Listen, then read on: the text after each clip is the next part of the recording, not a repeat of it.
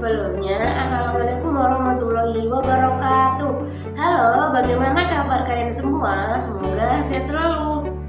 Perkenalkan, nama saya Isna Imadi Setia dari Prodi PGMI kelas 2A. Di sini saya akan menjelaskan apa pengertian dari hadis maudhu dan permasalahannya.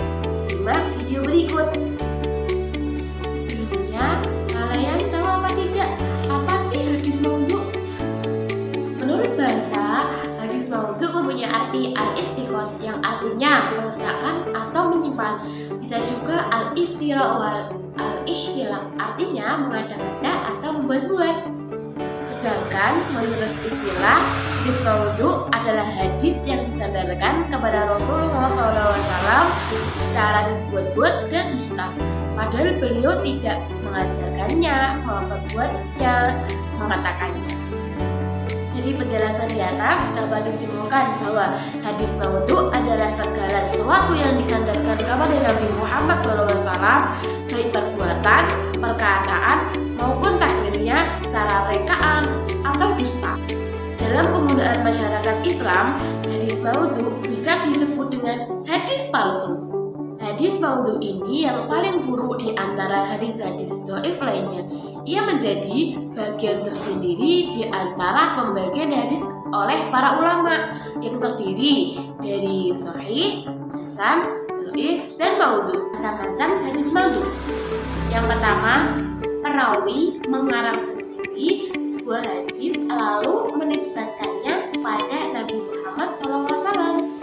Yang kedua, perawi mengambil perkataan ulama salaf, ahli hikmah atau cerita-cerita Israiliyat dan menisbatkannya kepada Nabi Muhammad. Susunan yang diucapkan oleh seorang rawi dengan tidak sengaja, namun orang yang mendengar menganggap bahwa itu adalah hadis dan lalu meriwayatkannya. Yang keempat, perawi salah dalam menghukumi suatu riwayat sebagai hadis maudhu. Riwayat tersebut sahih yang merupakan ucapan dari sahabat, tabi'in atau tabi'at. Tentu saja hadis maudhu sangatlah berbeda dengan hadis mauquf. Ciri-ciri hadis maudhu.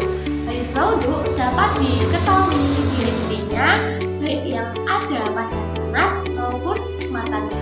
Yang pertama, ciri-ciri yang terdapat pada sanadnya. A.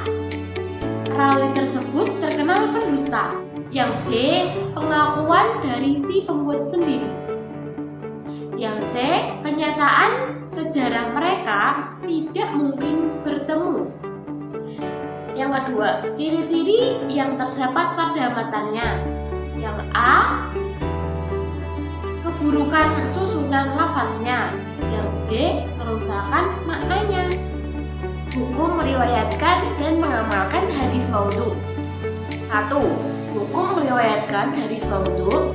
Hukum membuat dan meriwayatkan hadis maudhu dengan sengaja adalah haram. Yang kedua, hukum mengamalkan hadis maudhu. Sebagaimana diketahui bahwa hukum hadis itu berbeda antara satu sama lain, maka dalam beramal pun ada juga perbedaan.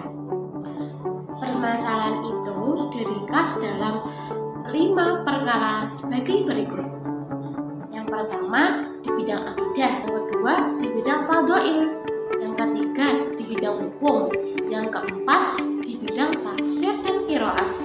Terakhir atau kelima, di bidang sejarah dan perang Nabi Muhammad SAW. Itu tadi penjelasan dari hadis maudhu dan permasalahannya. Sebelum saya akhiri, saya minta maaf yang sebesar-besarnya jika